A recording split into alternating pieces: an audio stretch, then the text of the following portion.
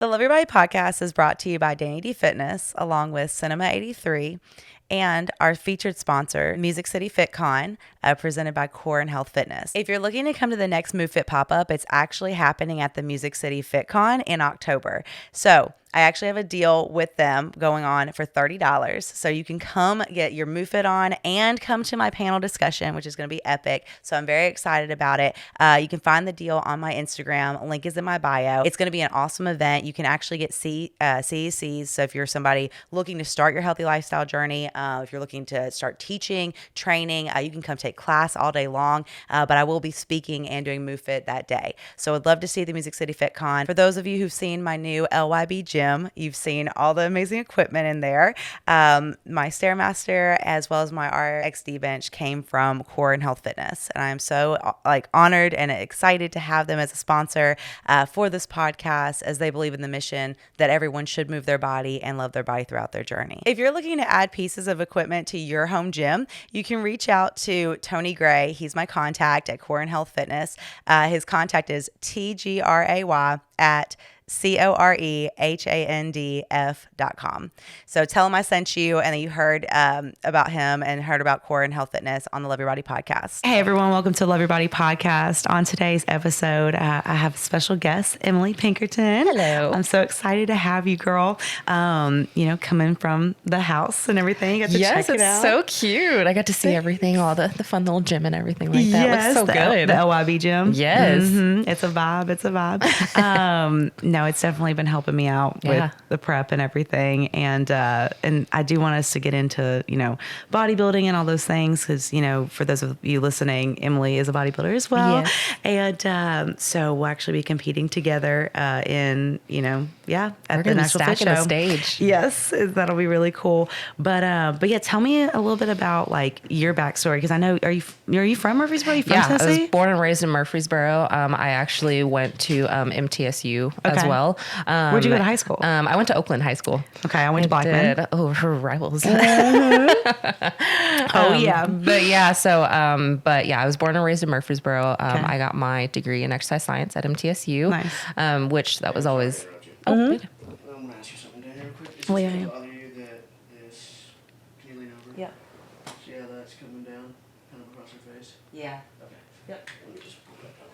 I didn't want to interrupt you. Oh, you're fine. I was trying to fix it over here, and I was like, Make me look beautiful. Yeah, exactly. Don't worry, I need to take some fight energy at this moment. So. She's going to hate this. Mm-hmm. That bar across his face.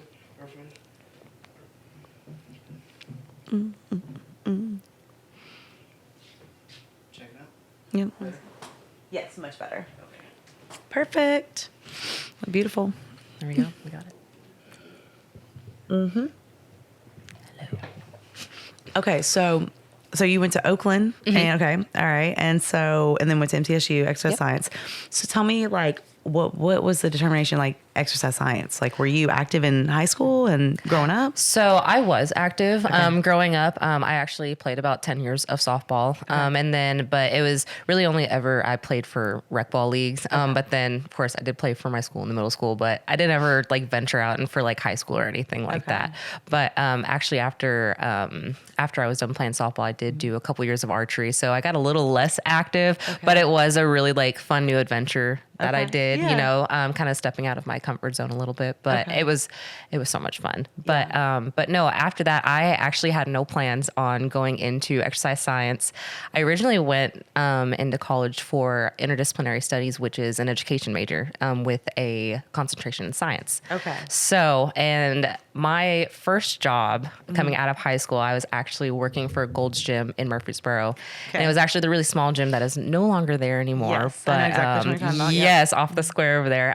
So I really didn't know much about, the fitness game or anything like that, except for, from my sister, because my sister also majored in exercise science too. So we both have the same degree. Okay, and cool. at first when I told her I was changing it to exercise science, Yeah. she was I was worried that she was like, no, you don't, we can't have the same one. But no, she was all for it. So are you, so are y'all close in age, or are you? So we're about 5 years apart. So yeah. So And is she your only sibling? she's my only sibling. Okay, Mhm. gotcha. Yeah, she is. So she, I'm so sorry. Yeah. You're... But yeah, so my determination for going into exercise science was working in the gym. I started learning a lot through, you know, everybody that was coming in there, all of our members, even through my coworkers. And really that just kind of sparked a love and a passion for health, wellness, fitness, everything like that. I actually had a personal trainer out of that gym there. So that's kind of how I got started and really was able to start learning a little bit more.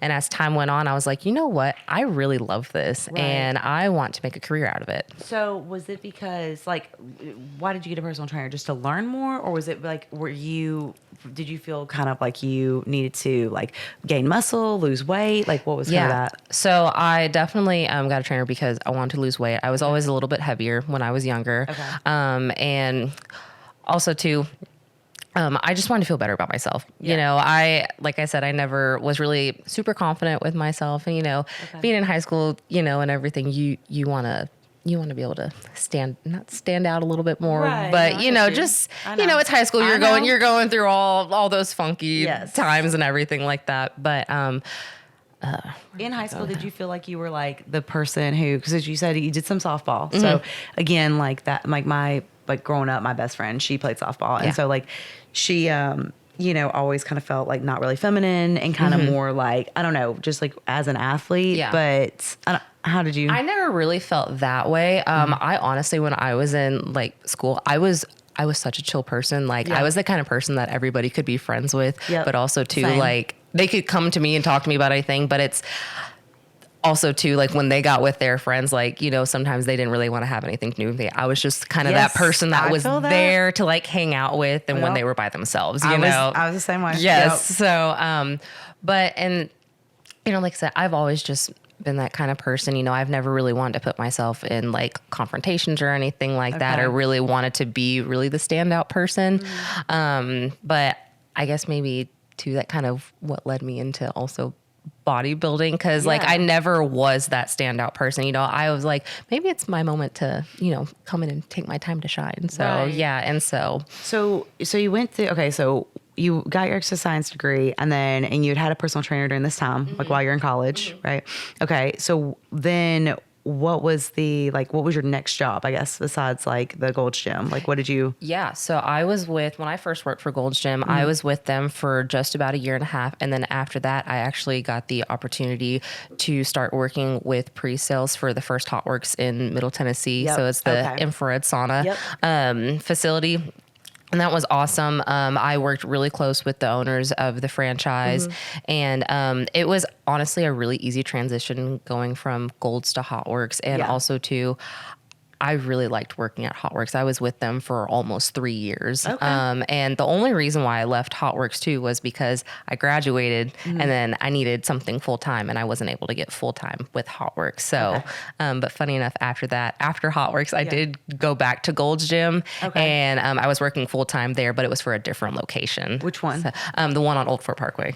Yeah. Okay. So what year was that? That was, let's see, I graduated at the end of 2020. So that's probably when I started over there was the end of 2020. Okay, gotcha. Because like I was a little bit before that because I would go do hot yoga over there in the hot yoga studios there.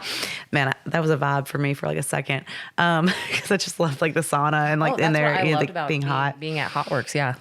And the Hot Works always intrigued me too because like when I would do like fitness festivals and like trying to get them as a sponsor and stuff like that.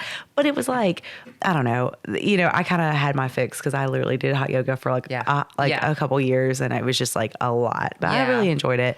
Okay, so you graduated in what year? I graduated in December of 2020 from TSU. Okay, gotcha. Okay, how old are you? I'm 25. I just turned 25 this year. Okay. Or as my mom said, I hit a quarter of a century. Okay, Mom. Like, dude, everybody's been hitting me with like the 30, you know, with all the stuff. They're like, I can't believe like you're only 30 or something like that. And I'm like, I'm like, it's basically 60 now. Well, that's what I told her. My mom just turned 60 this year. So I was able to give it back to her a little bit, but in a very nice way because we have such a good relationship. So that's another important thing too, is my parents are very supportive of all the things that I do. So I love that. Yeah. And then so you're still in Murfreesboro. Like I am. We're a little bit outside of town now, but I am, that's where we work out all the time and, you know, going into town and everything. But of course I work work outside of town now. I don't work in Hopkins anymore. Gotcha. Yeah. So and it's a chiropractic office? Yes. So I work for a chiropractic office in Franklin, and we're actually an office with 3 separate practices in it. Okay. So I'm not only a chiropractic therapy assistant now, but I'm also a lipolaser technician, which is actually the main job I got hired on for. Okay. What is that? And so basically what the lipolaser is, it's an FDA approved non-invasive way for inch loss therapy. Okay. And so basically how it works is we have these red light therapy paddles that we put across either their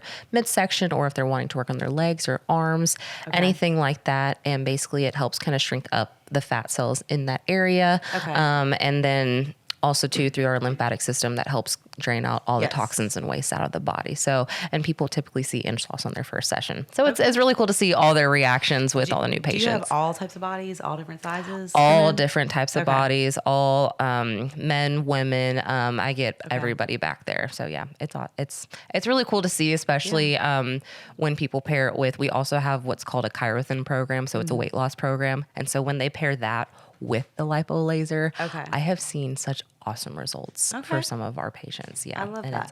And what's the place called? So I work at Health Source Chiropractic, but with the lipo laser, that is through one of our independent contracting doctors, Dr. Frank Margella, and he's with Ideal Health and Wellness. Okay, gotcha. Very cool. Because I started my business out in Franklin. So that's where awesome. Yeah. So that was like down the road, like on Carruthers. And so out of a personal training studio there. And that was in like 2017. And then didn't go into Nashville until like 2019 and stuff. So, and then, I'm from Murfreesboro, so I moved up here officially in 2019 as well. So, awesome. or it was 2020. Yeah. So, because I was doing the commute back and forth. Oh, which, yeah. Gets it's a old. commute. Yeah.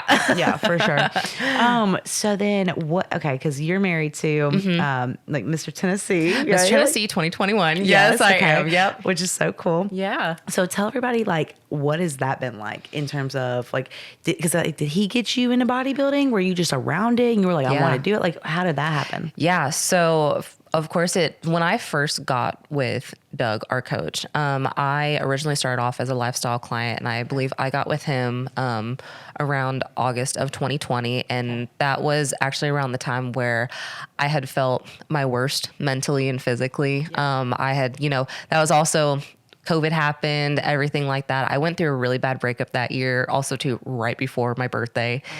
And then he had the audacity to text. He broke up with me 3 days before my birthday, and then had the audacity to text me happy birthday. Oh, girl. I feel you. My gosh. It's like, why? Like, why you gotta do that? I know. Why? Why people suck? I do not get it. But, but past that, I kind of started getting into a little bit of bad habits and everything. That's when I started really kind of to drink a lot more and everything too. And also before that, I had a really close relative of mine pass away the year prior, and that was something that was still affecting me into that following year.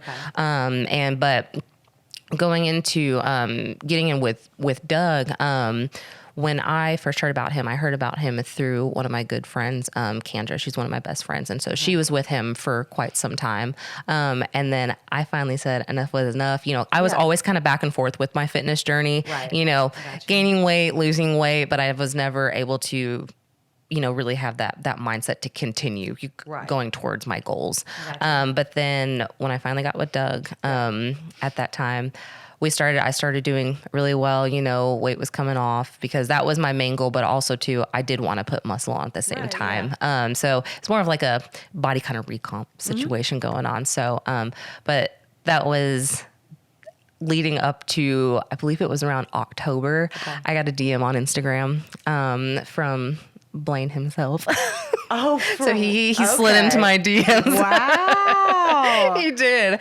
But so yes, he was working with Doug. He was already working with Doug. He had already been with him, I think, for maybe over a year at that point. Cause, he had, or maybe almost 2 years at that point. I'm not quite sure. I'd have to ask him, but yeah, so he DM'd me, and basically he was welcoming me to the team. I actually got a lot of those messages when I first joined with Doug. And so he was basically just welcoming me to the team. And then all of a sudden he was saying like, I'm just kidding. He's like, yeah, if you ever want to go train together sometime, grab a bite to eat afterwards. He's like, here's my number. And when as soon as he gave me his number, I was like, okay, I think this guy's kind of interested. Yeah, for sure. But yeah, so a little bit while later, we finally met up. We went out to eat and everything. So this is like October of 2020? This is October of 2020, yes. Okay, and so this was before I graduated. Got it. Okay. And so we started dating in November of that year. And then he was really something that he really helped me in my journey. And I don't think if it wouldn't have been for him, I don't think I'd be where I am now.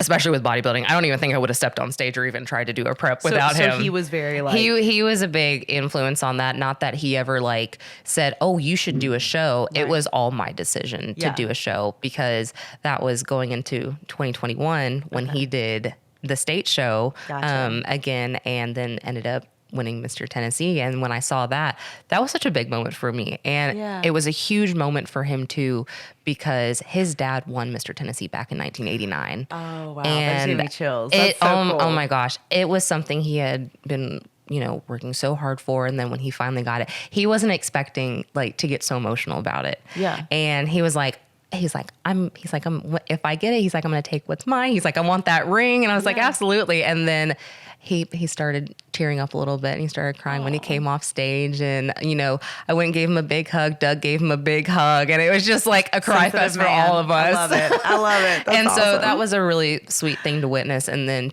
to be able to go through and experience that whole prep with him, watching him day in and out. And I tell you what, this man had to be in love with me because he was living up in Nashville and he would drive down to me every single day. And I will say with that too, if a man wants to, he will. That's what I'm going to say right now. He will. And so he did this whole 20-week prep coming down. Ridiculous. So ridiculous. My life is a joke. Someone had audacity to be like, no, you come to me. And I was like, I'm in prep. But yeah, like I said, so if they want to, they will. And so, during that whole 20-week prep, he'd be down there and he'd be getting home like really early in the morning, getting his meals together and then going to work. So like driving back and forth like 40 minutes every single day. And I was like, this man is not only dedicated to bodybuilding, but he's also dedicated to me. And, that meant a lot for me. And then also too, that really just helped me. I don't know what it was, just being able to, I know. Freaking fly. Anyway, it's fine. Getting to train with him and kind of getting to see how his training style is. And I've noticed too that our training styles work very well together. And he actually puts us through all of our workouts. And I love that. Oh my goodness. Like, they're really good workouts. Well, and that's the thing too that I think people get confused because they're always like, oh, like, would you want to like date a bodybuilder or date a coach or whatever? And it's like, I never thought and it it's would. Right. Well, it's not necessarily that I'm gonna be like seeking that out, but it's just someone that gets it. Yeah, exactly. That understands that like we can go to the gym together and they're like, well, like, what are you doing today? It's like, bruh, just get in here. Like, let's go. You know what I mean? Like, come on and just vibe. You know? Exactly. And like, and the other part of that too is that the whole dedication of him like being intentional about coming to you and stuff. I mean, again, I think that's what this like bodybuilding like does for you. Because I already was a scheduled person anyway, but like in structured person, but like it just makes you even more hyper focused and more intentional with your time. And, and so that bleeds into everything else that you do. Yeah. And well, that's something I thought about too. So, I did well through college. I wish I would have done better, like anybody else would, but I think going through that first show last year, I wish the dedication and everything that I put into it last year, I could have put like that into college, into other areas of my life. But now that I know I can do those things, I can put that towards other things in my life and really work hard for other things that I want to accomplish. Yeah. So I love that. But once I got to see him go through the whole prep and seeing him win and everything, that's when I kind of caught the bug for bodybuilding. I was like, oh, maybe I, kind of want to try this. Well, I mean, what's more motivating? You know what I'm saying? Like to have a partner that's like not only like doing it, but like being successful at it. Yeah, exactly. And like winning. And like that's so cool. And I just love that. So, and that was 2021 that he won. And that's state show. So when was that?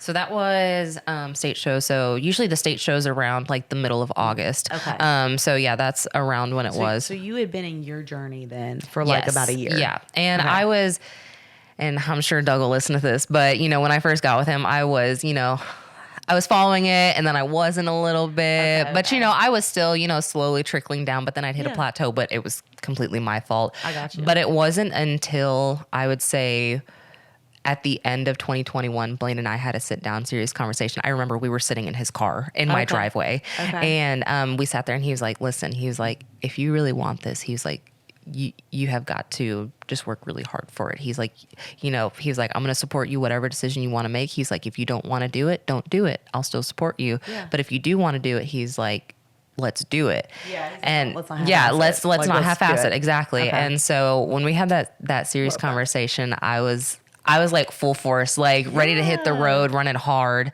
And so then that started leading into going into prep that following March. Yeah. And so that was last year leading into that. So that's so cool. Yeah. Cause that's the biggest thing I ask my clients is like, mainly my clients are female. And I ask them like, what is their living situation? Mm-hmm. I'm like, are you like single? Are you married? Like what, like all of that. Makes a big difference. It does make a big difference because too, like, did your husband send you? Mm-hmm. Are you wanting to do this on your own? Yeah. Like, did your man like support you? Does he like help with stuff? Like what does that look like? Because that helps me to then be able to understand the dynamic, maybe some struggles that they may be having, you know, all of those things, and be able to piece together a like realistic regimen. Yeah. Because you know what I'm saying? Yeah. Because if their husband like is like, nah, I'm just like eating like Sonic and Taco Bell every day, like I know what they're struggling with every day versus someone that's like, no, like he likes to cook for me and he makes my meals, and it's like, oh, awesome. Like, and again, neither is here nor there. It's just how I can help them the best. Yeah. And so using that or having an example for that too is me helping Blaine out in the mornings making his meals because he has to get up and leave earlier than I do. And so we'll usually get up around the same time. Then I'll go downstairs. I'll start putting our meals together because, you know, I'm trying to set myself up for success, but I want to set him up for success too. Right. So I was like, I'm going to be supportive for him and he's going to be supportive for me. Literally. You know? So we're going to bring Alexa on in a minute, but so like, I'm going to say this now. She was making on her stories, like making peanut butter sandwiches for her man while she was in prep. And for everyone listening who like doesn't know bodybuilding, they're like, oh, like what's the big deal? Okay. Do you understand that when you were counting macros and you're looking at stuff and I've talked about this before, when you're meal prepping, like you can't be just like biting stuff and eating stuff, whatever. Okay. All right. Even if you're clean with the peanut butter, all right, somehow it's going to get on your fingers and to not be like lit and to not whatever and just smell it and stuff like that. I was just like watching this like, nope, I got to skip over these stories. You know what I mean? But I was like that right there. I was like, I just want to find someone that will make me a peanut butter sandwich when I'm allowed to have, you know, or when I'm able to have that or whatever. And I was just like, man, that was like goals. So I think that that's so cool that, you know, you're able to do that for him and like he motivates you in the gym. So you both kind of have those strengths that you can like, you know, lean on each other for. Oh, absolutely. That's awesome. Yeah. And so your first show was the Nashville Fit Show? No, I did the state show last year. Oh, you did the state show. I did state show. Okay. Mm-hmm. Okay. So you did state show then Nashville Fit? I only did one show last year. Okay. Yeah. I don't know why I thought you'd done that one too. But I thought Nashville Fit Show for me last year. I think that would have been almost, you know, it's an all women show. I was like, oh my gosh, there's going to be a lot of good, you know, female competitors up here, even though I don't think that would have bothered me per se. But I think the state show, I liked how it was ran whenever Blaine did his. And I was like, I really like this show. And so I saw it and I was like, this is the one I want to do next year. Yeah. So that's kind of what made my decision as far as like which show I wanted to do. Okay. And of course, Doug was like, yeah, let's do it. Let's do that show. That's the perfect first show for you to do. And also too, speaking of Alexa, I told her last year, I was like, I don't think I could have had a better first prep. Yeah. So like having Blaine with me, having Doug, and then having Alexa, and then also too, Angela with Eye Candy Bikinis. I could not have had a better first experience going into a prep. So, that's awesome. And it was, you know, that first prep, it was hard because I really didn't have a whole off season before that because I was still constantly trying to cut down. Yes. And so I really didn't know what I looked like, you know, leaned out and, you know, I had never in my life looked like that. And like, when I hit a certain weight, I was like, I haven't been this way since middle school. Right. So we're going to take a quick break, but then we're going to get right back into that because I do want to touch on the first preps and everything that people need to know. This episode is brought to you by Dandy Fitness, and you can follow me on Instagram at Dandy Fitness 1. Wherever you're listening to this podcast, please subscribe, like, share with a friend, especially if they need motivation to love themselves more throughout their journey. Maybe they're interested in bodybuilding or they're interested in just movement in general. Please feel free to share the message and continue to love yourself throughout. If you're interested in working with me directly, you can message me on Instagram at DandyFitness1 or reach out at Danny@DandyFitness.com. You can email me. Would love to help you with online programming, virtual training, or even in-person training here in Nashville. So reach out and I'll talk to you soon. Thank you. All right. If you guys want to follow me, you can find me on Instagram at _lady_train on, and also too, if you want to follow me on TikTok as well, where I have documented, my fitness journey at lady_train. And I have documented, most of my fitness journey as well as my first prep. So you can follow me at both those places. Okay. So looking at your first prep, what was kind of, like, because we had similar journeys in terms of just like, I just was starting, everyone was like, oh, are you going to do a prep? Are you going to do a show? Are you going to do a show? Whatever. And I was like, I'm just trying to get healthy. Like, I'm just trying to get, because I had put on about 35 pounds with my injury and I just didn't feel good. And my video was like viral and all these things were happening. So I was like, I need to like be my best. And, I'm out of breath, and stuff like that. So like, let's get back into it. Yeah. And the doctors had told me that my leg was going to be numb probably forever. So like, you just got to deal with it. And so it was one of those things where I was like, okay, change the mindset. Let's go. So when working with Doug, the only reason that I even found him was because someone had mentioned to me about like, he was good with food. And I was like, well, I've been on diet since I was young. Yeah.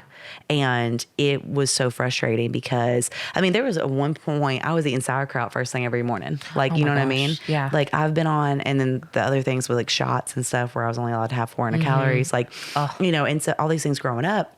And then I was like, no, I want to live a real healthy lifestyle journey, and kind of got that with strongman and everything, and then getting injured. So it was like, I didn't really eat anything. Like I was going through grief and loss and all these things. And so it wasn't that I was overeating. So I just you were stopped under eating. eating. Yeah. And would just work all day long and then would eat like whatever was in front of me. Yeah. And so I was like, okay, let's try to just like slowly get back onto this. And so, I love the idea of the online programming and everything. And then he did, with the food. So that was like July of 2021. And so then I went to the show, the Nashville Fit Show, and watched because Whitney had like, been talking about it and everything like that. And so I went to see it and I was like, okay, I could totally do this. I felt like energized. Like I felt like, let's go. It creates like a whole new perspective for you. Well, it did. And honestly, I looked around and I saw that I was the biggest one in the space. And it wasn't because everybody was super like models and super fit or anything like that. It was just that like there were competitors and there was people watching them, but I still felt like, I wore like a crop top, I had my dress on, whatever. I felt good, but I was like, and I loved myself, but I was just like, what a freaking surprise would that be? Because originally I knew that people that had talked to me about stuff like that, I'd always been like, no, I could never do bodybuilding. I was very negative about it. And then it was more because it was fear that I couldn't actually do it, that my frame or like that my body, I just never was capable of it. Right. So I think that slowly getting into it, it wasn't until, for me, the flip of the switch didn't happen until like April of that next year. Like it was January is when I decided, I was like, I stopped drinking and I decided to like clean everything up for the most part, like how you were talking about with you. And then it wasn't until April when I went to the Nashville Fit Show forum and I was like, okay, the show is in August. Let's go. Yeah. Like no little extras. And my little extras, remind you, was like a gold bar. Yeah. And then like the protein shake that I had, I don't know if you ever heard that story. Did you ever hear the story with the protein shake? I don't know. So I had this protein shake that like me and the person who had passed away would drink all the time. And it never dawned on me that it was a like muscle, like gainer. Yeah. Like it was like a weight gainer. And so I was just thinking, oh, a shake is a shake is a shake. Right. And just not thinking. And so I would do it one of those every day and put some, stuff in there, whatever. 900 calorie. Oh my gosh. Shake.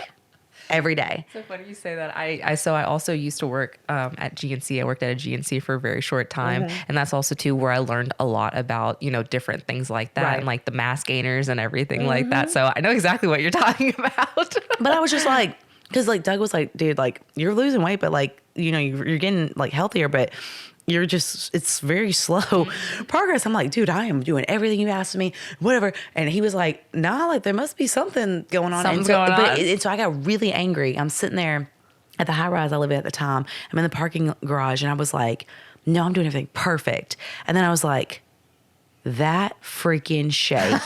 And I went upstairs and looked at it and was like, holy shit. How did I not realize? I was just so, in the routine. Yeah. And that's why we get into these routines where we don't even realize, where it's like maybe someone's having like chocolate every night and not even realizing it. And it all adds up. Yeah. Exactly. Yeah. So that was like that was something that I learned that was like, okay, you may think that you like got in the routine, but like check in with it. Yeah. Be mindful throughout, because when you get into prep, as like everybody who's listening knows that has done a prep, you get this like prep brain where you just kind of space out, and we're kind of in that right now. At the moment. Yes, yeah, we're really deep in that. Oh yeah. And so yeah, so I don't know. So it was like going through that. It was like the April that like changed everything, and so when you did so the state show is actually the one I'm going to do. That's my first one this year, so my third show, and like when you were doing the show and stuff, like what were some of the things that you faced that you did not like think was going to happen, or you didn't know how to experience? Because again, Blaine, your husband, did shows, but obviously for men and women, it's different. Right. Exactly. Well, I will say that I learned, or I was able to experience and learn quite a bit, even though it is Blaine, I was still able to learn a lot just from him prepping. But just as far as like different things I didn't realize would happen, and actually these are kind of funny things that happen that nobody told me would happen when you start leaning out. Yeah. So I don't know if you've experienced this yourself. This is really funny. Yeah. So like when you're leaning out, and so like say you're going to like shave your armpits, like all the concave and everything, it's like you can't get in there as well. Yep. And so like you have all these like when you have that extra body fat on you, you don't notice. You don't notice because it's a lot smoother. And then we're sitting there trying to do it when you're leaned out. It's like, okay, well, I have to get around all these curves. And so that's actually just a really funny one that I didn't realize. But as far as like other different things that I faced, I've always kind of dealt with body dysmorphia. I think it's a very common thing that people deal with. And so as I was, cutting for that show last year, I had always had the body dysmorphia issue of, oh my gosh, I look too big, or, whatever, just like I had too much body fat on me. And so that was something I had always struggled with. But there was something weird that happened last year, and I had never experienced body dysmorphia in this way, where I think I was maybe like 4 weeks out, it's my first prep, and I've never seen myself so lean, and I was really flat this one morning. And so my muscle bellies were not full. I really didn't have many carbs in me. And I was like, oh my gosh, I'm too small. And it like messed with my head so much. But then talking to Blaine about it, Blaine's like, listen, you're just really flat at the moment. He's like, you're fine. You'll fill back out. And of course I did, but that was just something I wasn't prepared to see, and that was just a really odd, like opposite, like 180 switch. Right. And I think that everyone like listening, especially if they haven't done bodybuilding, they don't understand that like carbs can do that to you. Yes. Yeah. Like that it is the difference. And just like food is food is food. Yeah. But it's not. Right. And the way that you use it, can like pump you up, can feel a little deflated, or whatever. And every day matters. Everything that you put in your body, like the salt to the water, I mean, it all makes such a huge difference. So, what in terms of like because I dealt with body dysmorphia as well too, and and I've talked about that pretty openly on my journey and stuff. But with this, it was also, I had never seen myself be this late, and because it wasn't even like, oh, I got back to a weight that I was in middle school. It wasn't like that, because when I flipped my switch, or when I gained my weight because of being sick when I was young, my everything changed, like composition. I didn't even look like the same person essentially. So I've never been trying to get back to anything or even back to it. So all this is so new to me.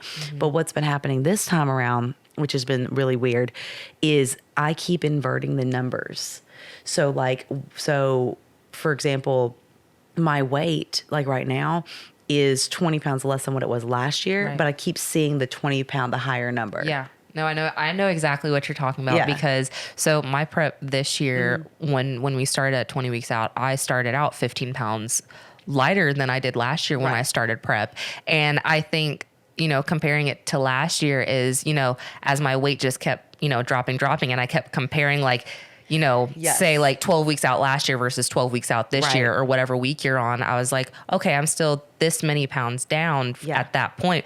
But now that I'm looking at where my weight is now, there's not as big of a gap. And I think that was messing with my head, like, so many weeks ago, but now it doesn't, because I realized I was like, well, one, I'm looking a lot tighter, I'm looking a lot tighter, especially, in my stomach and everything like that. And just kind of, everywhere I was looking tighter. And I have to realize, I'm like, okay, well, I'm looking better this year than I did last year. And even though there's not that big gap, because I think I was just so I was so in my head last year about these numbers needing to drop and drop and drop. And then, but now that's not the case. I don't have to have them keep dropping and dropping and dropping. Where do you think that came from?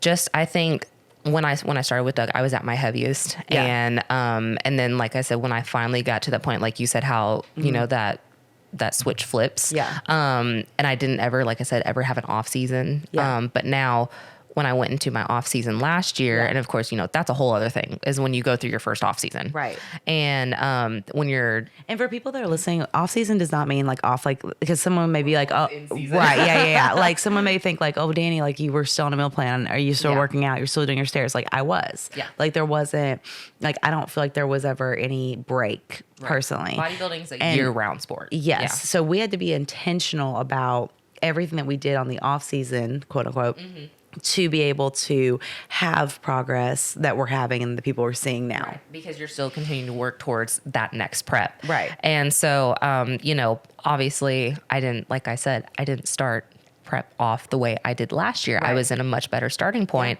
And I think that's where so I learned things doing my prep last year. I learned a lot going into that first off season too. And then now I'm going into that learning curve of my second prep, not trying to compare myself from this year to last year. I want to compare myself so I can, see that I'm doing better. Yeah. But see, I think that to me has been like the biggest like pet peeve that I've had, is that like, I like to look back at pictures and I love to look at progress. So that's awesome. Right.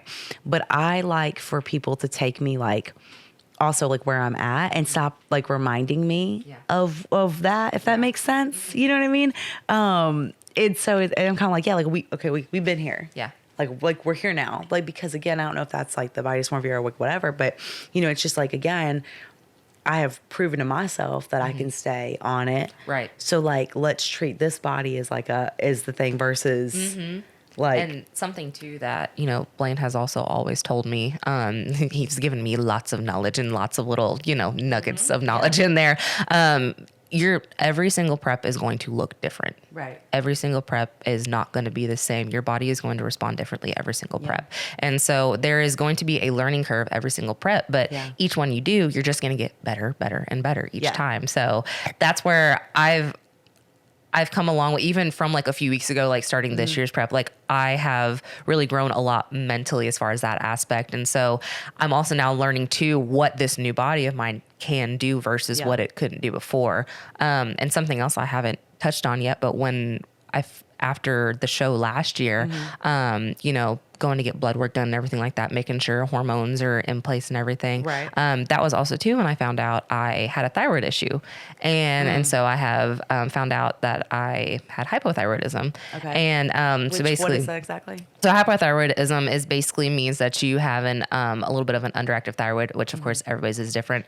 Now mine isn't super underactive. It was just my that hormone that's secreted was just a little high. Okay. And so I had to start taking medication for that. Okay. And so, which made sense because even before I started my first prep last year, both Blaine and Doug, they had a feeling that I may have had one or had an issue with my thyroid. But when I went and got blood work done before the prep last year, everything was fine. But of course, hormones can change on the daily. So maybe I was just having, like a good day that day. So, but then, it made sense because after the show, you want to have a good rebound and everything, but I started putting a little bit too much weight on kind of, quickly. Yeah. And so we knew that there was kind of something going on, which there was. And so, but we got it figured out now and we're able to work around that now. So that's awesome. Yeah. So what about, in terms of your, like with the weight loss and everything like that, how much total did you have from the start of your journey to the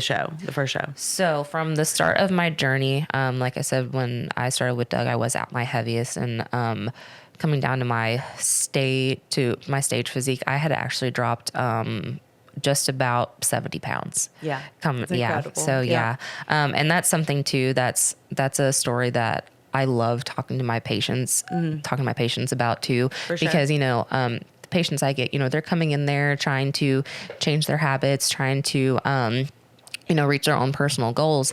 And, when they first look at me, they don't think that I did something like that. But then that's such an important story, like testimony for me. Yes. Is that I can tell them, like, hey, like I've been right there. Like I know exactly how you're feeling. Yes. And this is something I can relate with you on. Right. And that's why it's so, the whole thing about like people judging people off of just how they look, you know what I mean? Mm-hmm. It's like, again, you can't judge a smaller body or a larger body for where they're at in their seasons, because again, you never know what's going on. And that's the thing too. So with the weight loss and everything like that, like, do you feel like that you were treated any differently, like especially now kind of maintaining and staying at this size? Like, have you felt that things have changed in that regard? Do you feel like people are just like happy for you? Do you feel like what do you feel like? In a way I do, because, it's, of course, the people who knew me before, I had started that whole journey, they knew everything that I did and kind of the whole journey that I went through.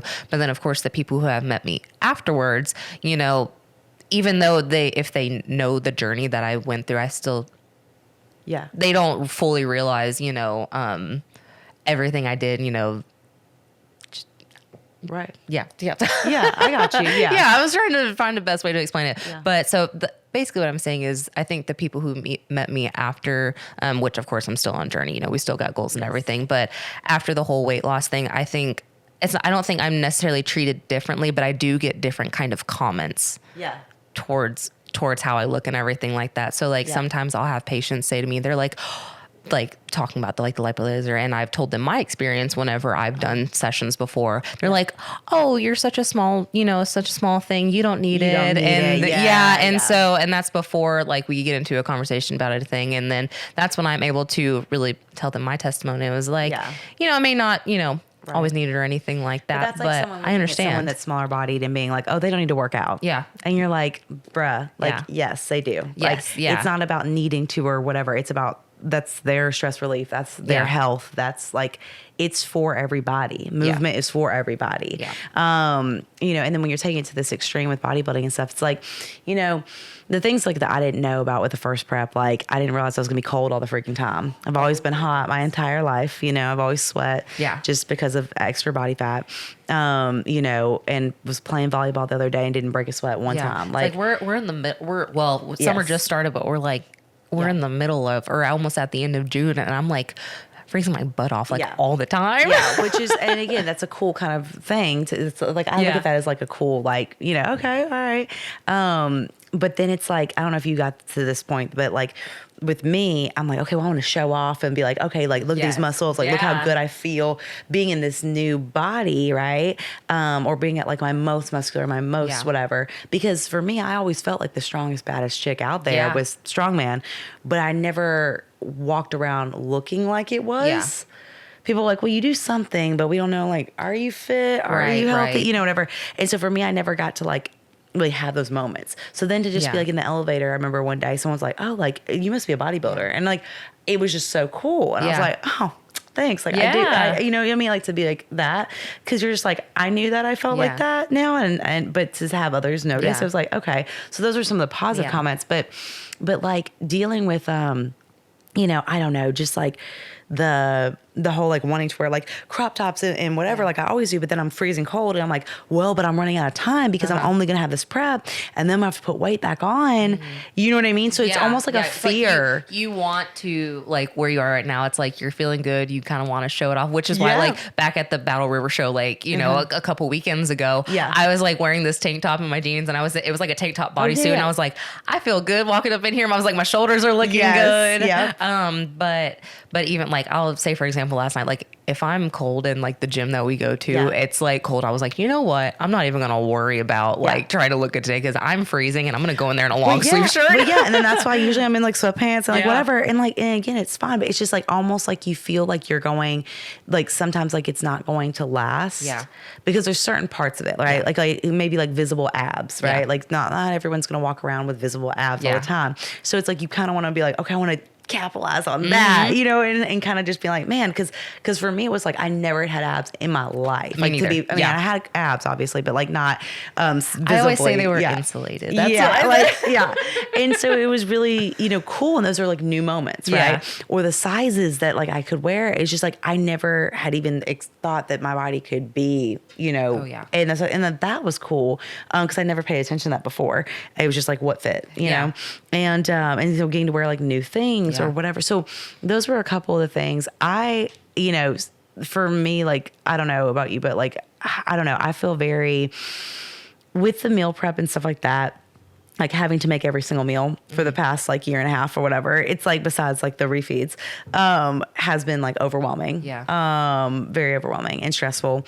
I kind of get in a vibe and I'll listen to other friends' podcasts while I do it, you know, whatever. But you know, I do want to touch on this with when I bring Alexa on, and don't want to forget about like kind of the waves of stuff. But have you gotten into any like with like the body dysmorphia? Have you gotten into any like hardcore like lows with this prep, or did you notice that more in the first prep? I think I've gotten my waves, but they're different than they were my first prep. But now, going back to what you were talking about, just like your body changing constantly and everything. So I think for like you and I with our similar stories, you know, when we got to that, like our stage physique, like, you know, it's like we're looking good, we're feeling good. We've never looked like that before. But then all of a sudden, like we're going into this off season where we are going to put on, you know, a little bit of weight again, some healthy body fat and everything. But it's like, I thought to myself, I was like, I know I'm doing this for a purpose. I know I'm supposed to be putting body fat back on, but I was like, man, I wish I had a little bit more time to enjoy it. But I have to understand, I'm like, well, the stage physique, but the stage physique is not a maintainable physique. And I was like, you're not supposed to maintain that. Right. So that was, and talking about Alexa again, her and I had a conversation last year going into my off season. She's like, yeah, your first off season is going to be your hardest off season. Right. And so I think now, having gone through that, I feel like I have a better headspace mentally going into this next off season. Yeah. So Well, and the thing is too, that like with because me and my friends that we'll talk on Instagram and stuff in our group, and like my biggest thing was not necessarily even like the putting the weight on itself and like whatever, and like kind of rocking with that. But it was just like it's this like fearful of time of like, man, I loved like October last year, like in September and August, I guess. Yeah. We're just fantastic. Like, and I didn't want to be like what I was on stage all the time or have obsessed with that number or anything like that. I was so happy when my face filled back out afterwards because my face was so thin. Right. And that was okay. It was just the fact of like, it almost felt like the way that I was treated. And it could have been my own projection or whatever, but it really did feel like people were just like, oh, like, you know what I mean? Like, like they didn't understand. So I had to continually, I found myself continually saying, I intentionally put weight on. I intentionally put weight on. I intentionally put weight on. It's like, okay, though, this is ridiculous. I don't like to explain myself to anybody. Right. And I don't like to have to overly do it. But people were asking so many questions about it that it was just like, bruh, like, okay, like, you know what I mean? And so I was trying to explain to people that like that this is an intentional thing, but it almost felt like a failure in a sense, you know? It's because they, you know, the people who don't do it, they don't always fully understand that. They can always be there to support you, to motivate you. But if you don't do it, you're never going to fully understand what it's like to go through that prep and go through the sport. And also too, some people like, I don't know, I think they just like kind of laugh at bodybuilding, like they don't understand like they how, do. Yeah. like you know what I mean? Yeah. And it's just like I don't know. I mean, I really have enjoyed it. And, you know, and even just the style of training, you know, it works better with my back and my injury, like the food, stuff like that. Like I would be on it anyway. If I wasn't doing a show, I'd be on a plan. So it's like, I don't know. You know what I mean? It's like you just, you want to live that healthy lifestyle just in general. And so it's like we said, the bodybuilding is a completely different lifestyle than, you know, your regular gym lifestyle. Right. But I've always said too, like, if I have a goal that I'm trying to reach, I am going to do everything I can to reach that goal in, you know, a healthy way. And whether that's bodybuilding or just wanting to have a nice looking physique, you know, just on the reg, you know? So for those listening who maybe are going through prep or whatever, and they do have, or they don't have a partner, okay, what would you say to them in a sense of like, you know, do you feel like you would have been able to do this on your own? Do you feel like it would have been harder if it was on your own? Or like how do you feel like, you know? I do think it would have been harder on my own. Like I said, I don't know if I would have ever stepped on stage if it wouldn't have been for Blaine. But I will say too, let's see, where was I going with that? You're good. But so Blaine and I, when I did my first prep last year, Blaine was also prepping. Okay. And so we were doing it together at the same time. Yeah. And that was also too how we started off our marriage, because we got married on April 2nd last year. And so we had already, like, when we got married, we had already started prep. Jeez. And so, but I got so many, and with that, I got so many messages that were like, I don't know, you know, I could never prep with my partner. I don't know how you're doing it. So more power to you. And I'm like, well, I was like, we're both a part of the lifestyle. And it's just, honestly, it made it almost not easier, but it made it easier because we were doing it at the same time. But this year it's a little different because Blaine's still in an off season and I'm the only one prepping this time. So now I'm getting to experience when I wasn't prepping when he went through his prep in 2021. Now he's been prepping for, you know, he's done shows for a long time. He's been competing since before he was 18 years old. That's so cool. So, and so he's very like, he can do it by himself. Yeah. Like he's so knowledgeable and he's so experienced with it. And I have learned so much from him, but I've learned everything from Doug. I've learned things from him, but I'm also getting two different perspectives. Like Doug sees me on my check-ins, but Blaine, he sees me every day. Yes. So that's, and I do think, so I think it can, if you have a partner who is also doing it with you, I think it can make it a little bit easier.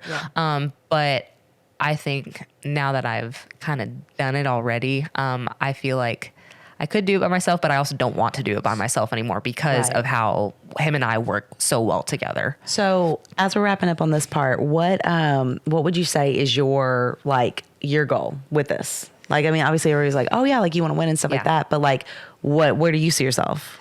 So that's something that I still think about every so often. It's like, do I want to take it to a pro level? I really enjoy doing it, but I don't want to keep competing if I don't want to take it to that level, if that makes sense. So it's like, why put myself through those preps each time if I don't want to take it to the next level? Yeah. But now with Blaine, of course, he wants it to that next level. Like he wants to be on that 212 Olympian stage. Wow. And so, you know, I also too, I want us to have a future, you know, with kids and all that kind of stuff like that too.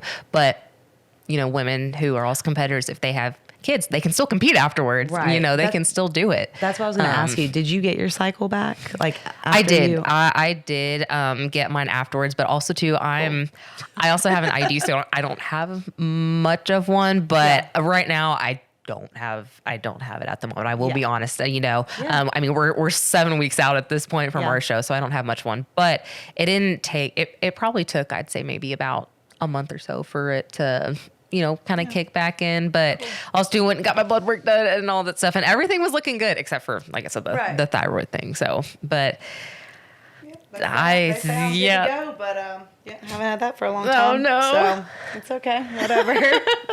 I'll find a different way to do things. Yeah. It's all good.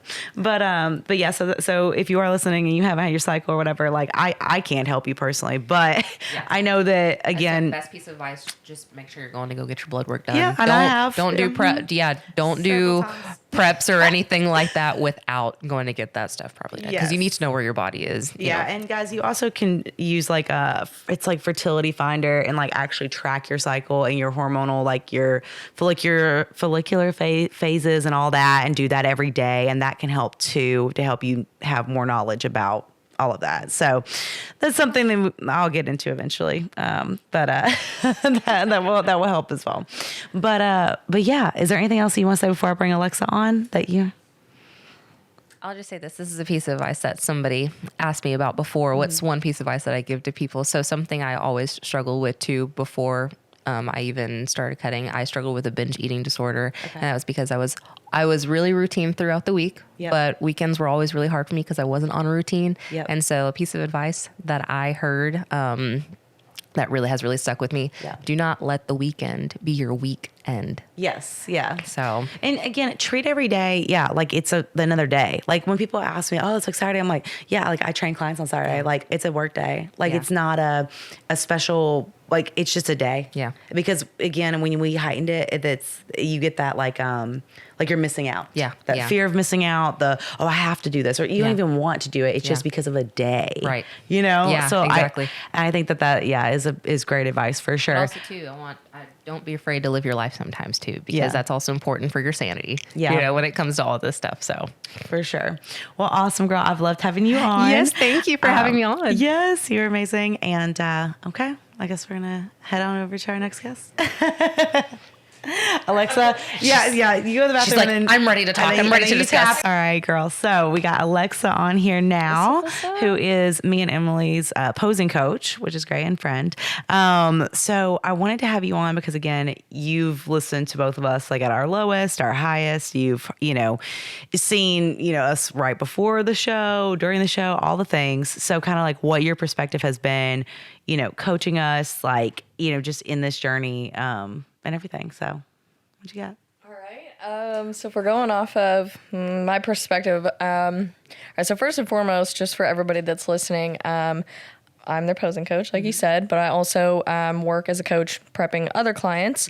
But posing is where my passion lies. So I work with a lot of beginners. And that's one of my favorite things, because I just think of it as like when I first got into competing, I had my coach that did my training, my diet was also my posing coach. And it taught me enough to get by, but it was not good. Right, It was not good. Yeah. So I try to just be what I would have wanted or what I needed for you guys. I love that. I mean, you guys have both heard me say, my goal is to try to take as much of the stress and nerves out of it as possible. Like the nerves are inevitable, but if I can prepare you for everything, every possible scenario, to help you be like, all right, I got this. The only thing to it is to do it once you get up there. Right. And for those who don't know, because a lot of my clients didn't know this, so what is, oh, you have a coach for posing. They didn't understand that that actually matters, on the show. I think people think you just get up there and just do whatever feels natural. And it's no, it's a routine, just like with dance, you know what I mean? And everything like that. And so, and for me, the biggest thing,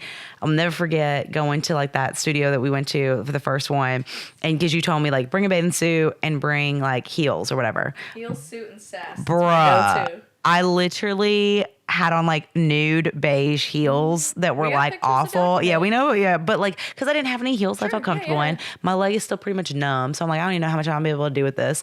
And then the red bathing suit was something I just had that was okay, I guess I can throw on that will fit, so it was one of those things where I was if I'm going to do this, I'm going for it. And I felt I didn't really know you at the time, but I felt I could be she seems confident.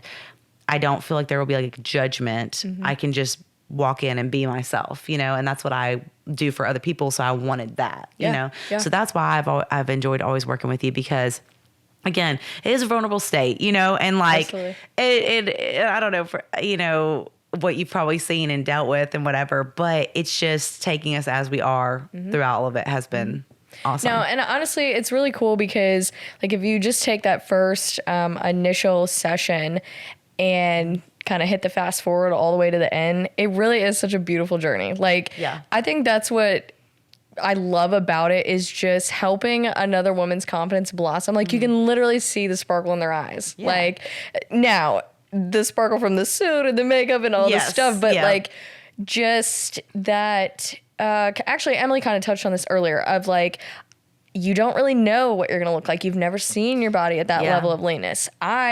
You know, having done this myself, having helped others, like, I have a pretty good idea.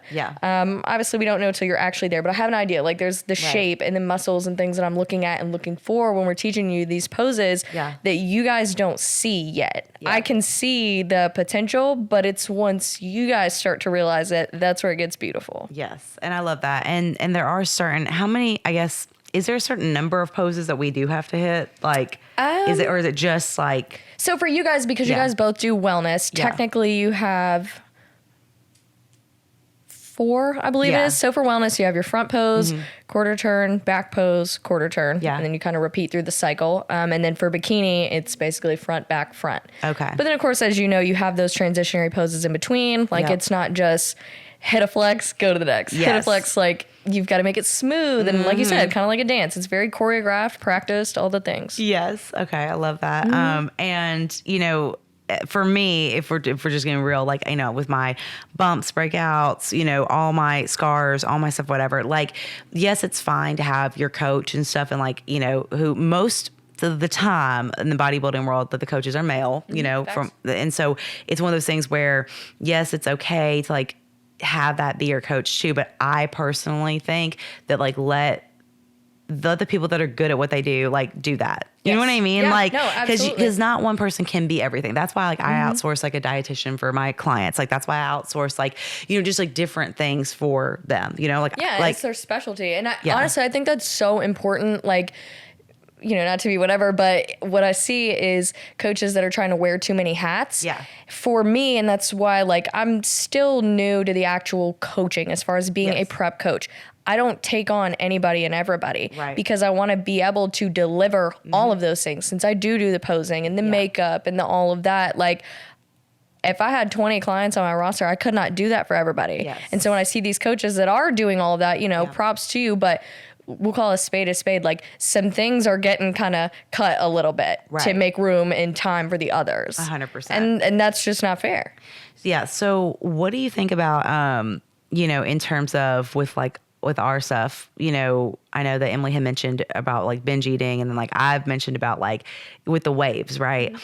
I mean, there's been times where like, I mean, it's just getting like low. So like, and you've been competing since you were what, 17? Since I was actually 16. Okay, since 16. And you have your husband who also competes as well.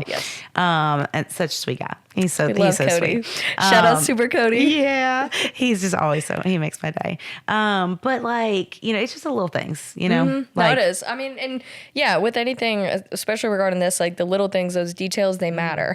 Like you said, you have somebody that's specifically good at training, specifically good at dieting, so on. So when you get into these waves, like what is your biggest, I guess, thing to tell a competitor, somebody that's wanting to compete or wanting to actually, because I know that like for me, I'm in a gym with predominantly males and even with some females or whatever. But, you know, a lot of the females there are very like bubbly all the time anyway. And they're all like, you know, whatever. And no offense to them, but like they all look like models and stuff like that. And so they just come in with this presence of like, you know, whatever. And then the men are, you know, in there, but they can be serious. But the moment that I'm like serious and I'm just like straight faced, whenever like people are telling me to smile.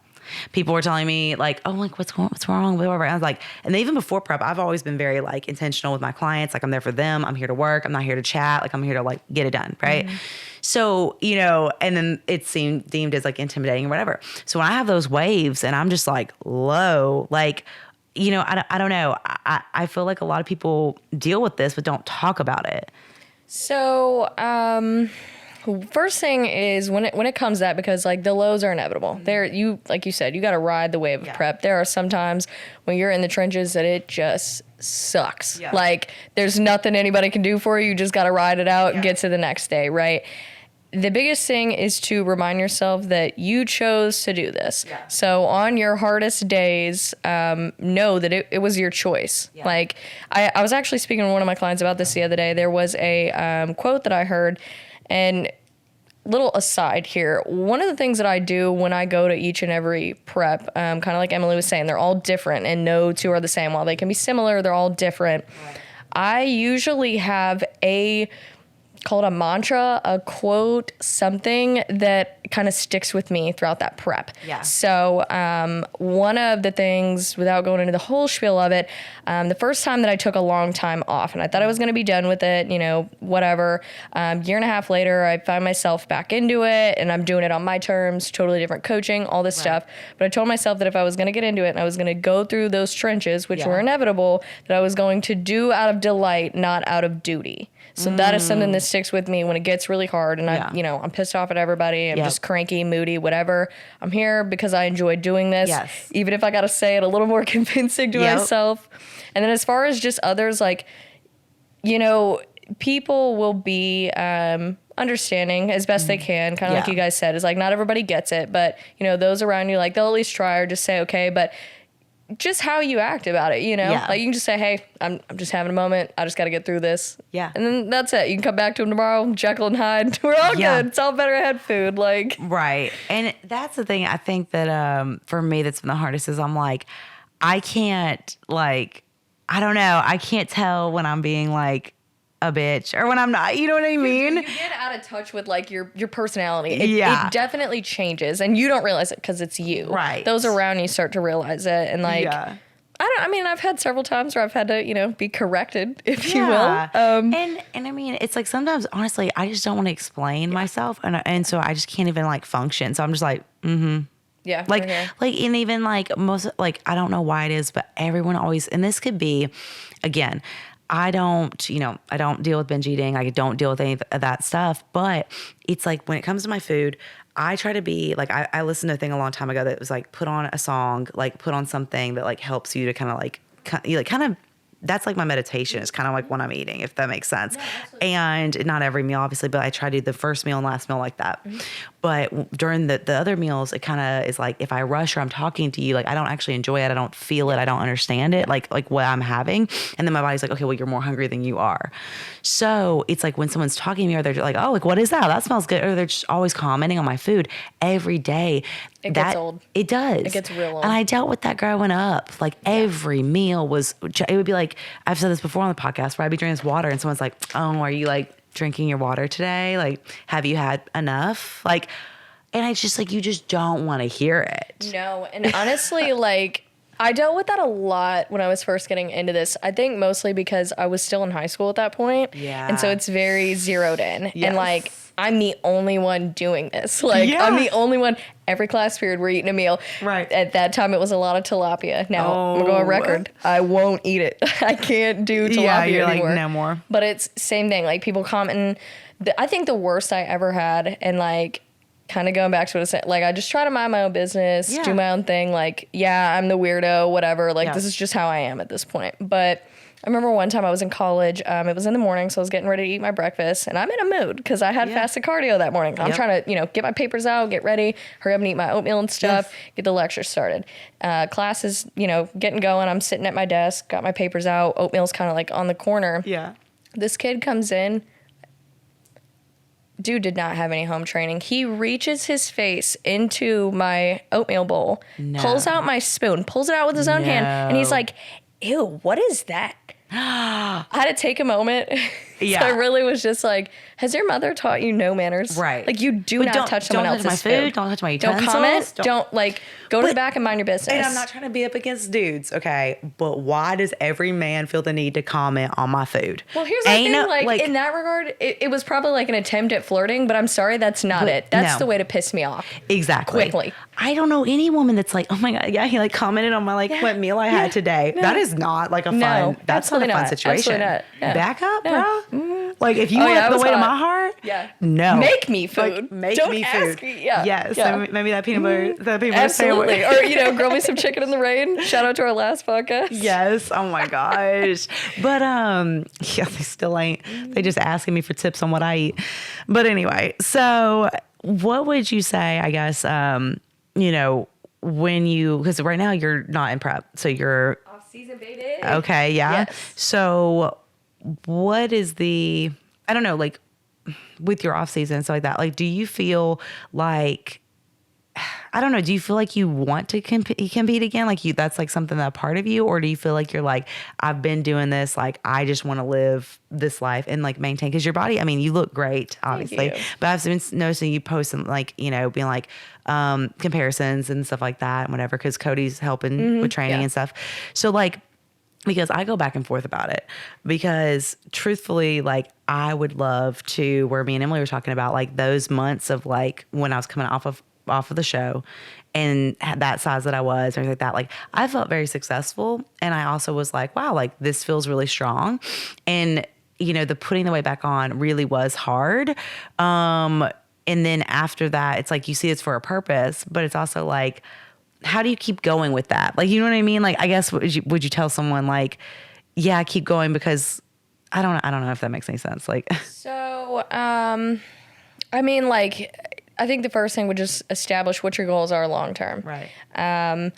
For me, when I first got into it, it was just, I think much like everybody else, I want to try my hand at this. I want to see, you know, can I really push myself to the furthest limits? Yes. Yeah. And as I've kind of gone through it, I mean, I've had many times where I'm done. Walked away. I'm done. I can't do this anymore. Don't want to.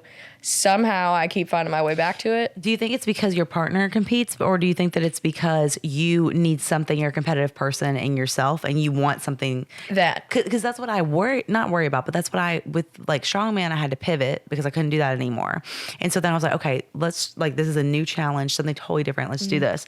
But then I look at it like, well, if someone was like, well, you could just train bodybuilding and like, or like as a bodybuilder, but not compete.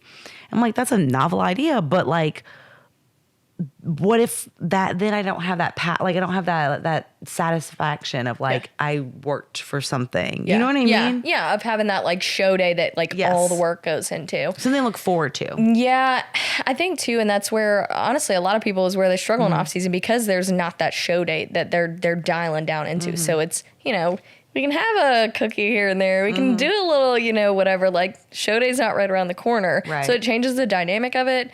I think for me, like, when I decided to continue after my first show, because I did my first one my senior year, so then I went on to be a freshman in college, and I had that moment of decision: do I still want to do this or not?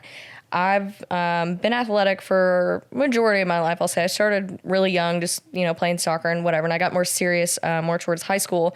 But I knew that was going to come to an end. Yeah. I knew I wanted to go play college ball. That was my first goal when I was getting into just any kind of sports, weightlifting, all that aside.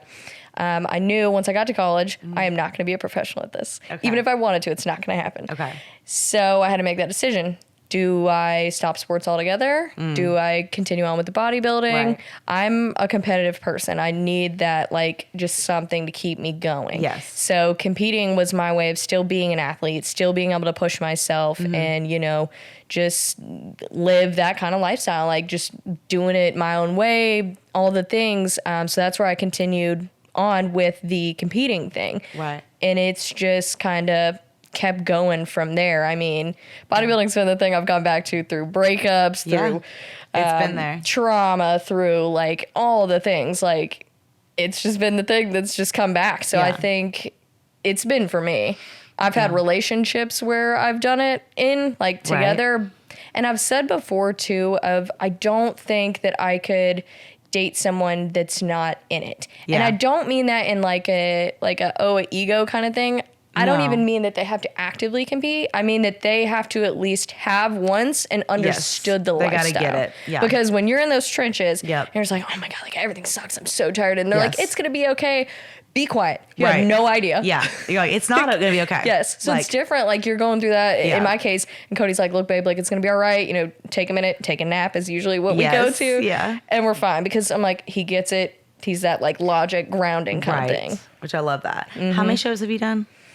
11. Okay. Yes. So we've talked about this before and during sessions and stuff, but first off, I do want to know, have you, like, what's been your top placing that you've gotten at a show? I got an overall win. Okay. Yeah. What show was that? That was Greater Tennessee Valley in Huntsville, Alabama. Okay. Yes. Nice. Yes, that was, what was it, 20, 2020. It was right after COVID. 'Cause Okay. my whole prep was in the garage, Yeah. quarantine. Like, that was cool, but I love that whole thing. So, okay. So then, we've talked about this before or whatever, but what would you say, is the most toxic thing that you've seen in the sport? Like, go ahead. do we want to give like a top 3? Because there's several. Sure. Let's go. Okay.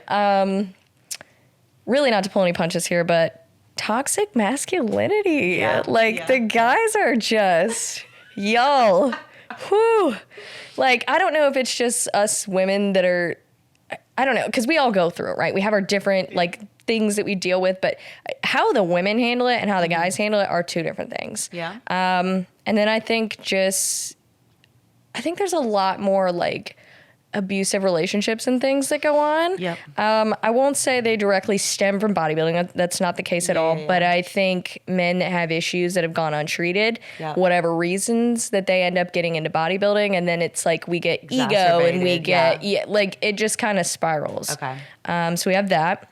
Then we have blanket statement of poor coaching. Yeah. Whether that be coaches, sleeping around with their clients, whether that be coaches. Say it louder. Say it I mean, louder. it's just crazy.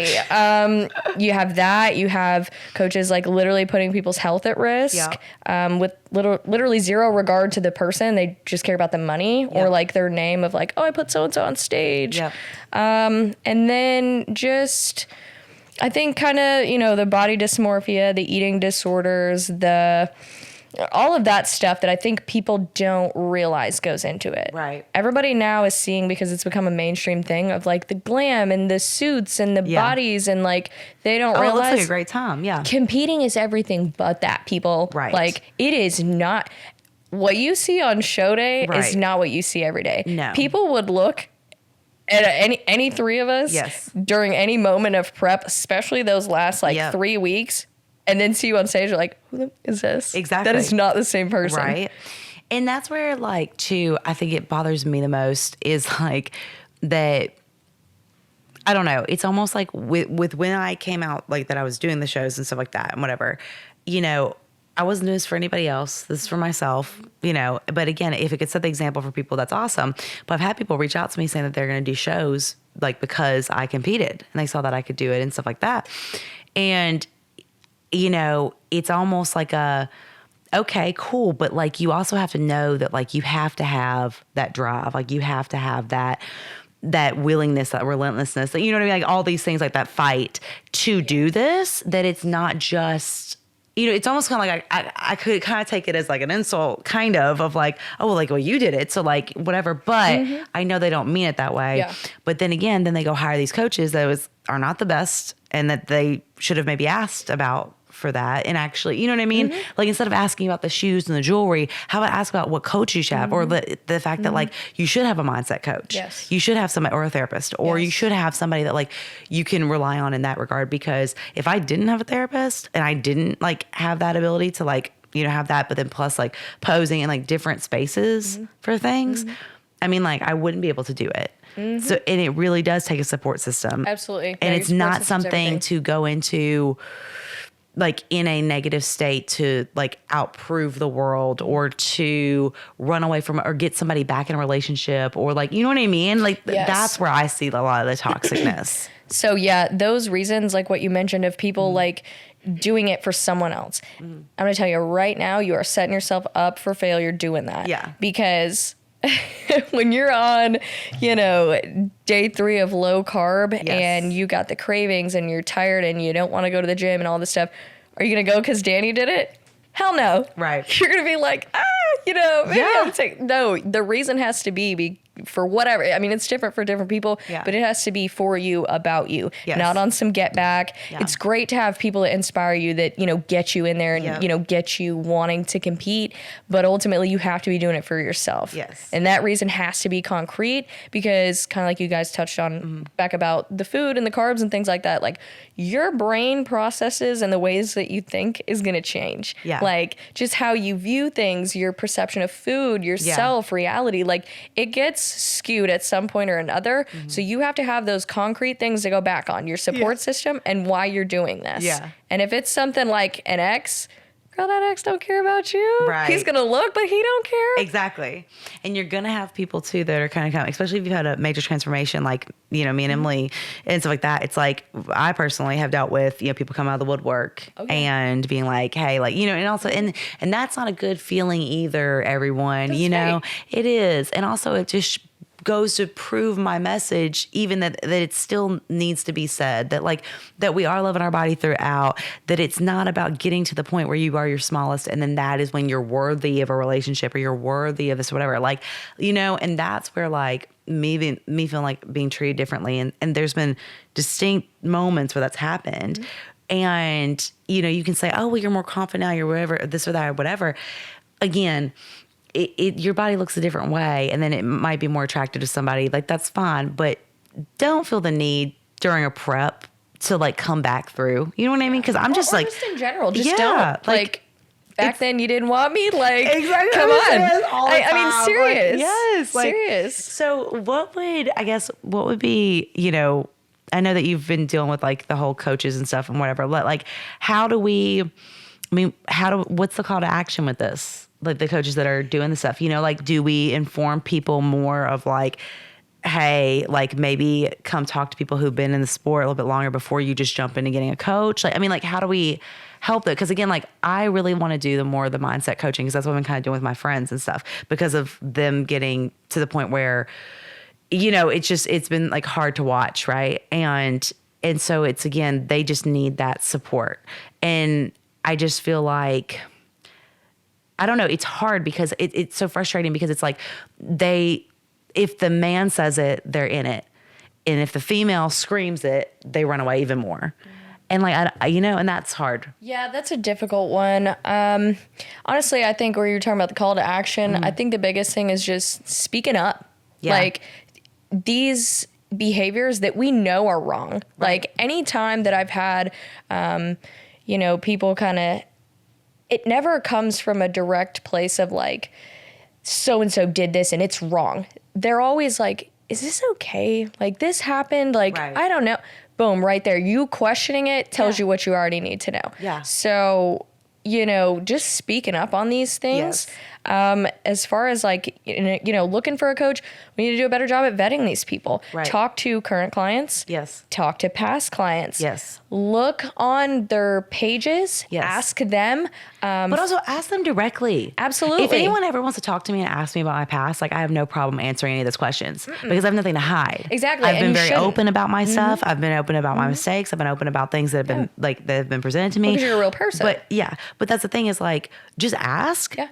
And so like, That'll ask, tell you everything right why there. would you feel the need that you can't ask the male coach? Exactly. And that right there is where we start charting that line of toxic masculinity. Yeah. Because you have these male coaches that will basically gaslight their clients into thinking they're not allowed to ask questions. Yes. They're going to be, what's the word I'm Or that looking you're for here? dumb, or that you're too needy, or that you're too emotional, or that you're, whatever. Like, it's ridiculous. And, we've seen this happen with other like personal trainers specifically too.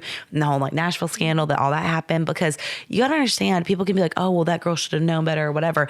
But like, I've made not that mistakes when I simple. was young, and like when I was, and whatever. And you trust that coach, you trust those the thing. people. Right there. That's the thing, is because they're in a position of power. Right. You trust them. And that is where they're taking advantage, is because you trust them. Yes. You, in your head, whether subconsciously or more on the front end, you hire them with the expectation of getting what you're wanting. So, example, you hire a coach to get you ready for a show. Right. You, in your mind, believe, okay, I need to do whatever this person says. Yeah. You, in your mind, think they know what's best for me. Yes. They care about my health and stuff. That may or may not be the reality. Right. And there are little signs along the way that, like, they're easy to overlook, Yes. and it's not like, I mean, it's just like with a toxic relationship. It doesn't start out horrible. Oh, right. It's Yeah. not that black and white. It's a gray area. Yep. But, that's where it comes to having your support system, Yes. having other women that you can talk to about this stuff, and just saying, like, and again, it's not even like a trash talk thing of just, spitballing back and forth. Is this normal?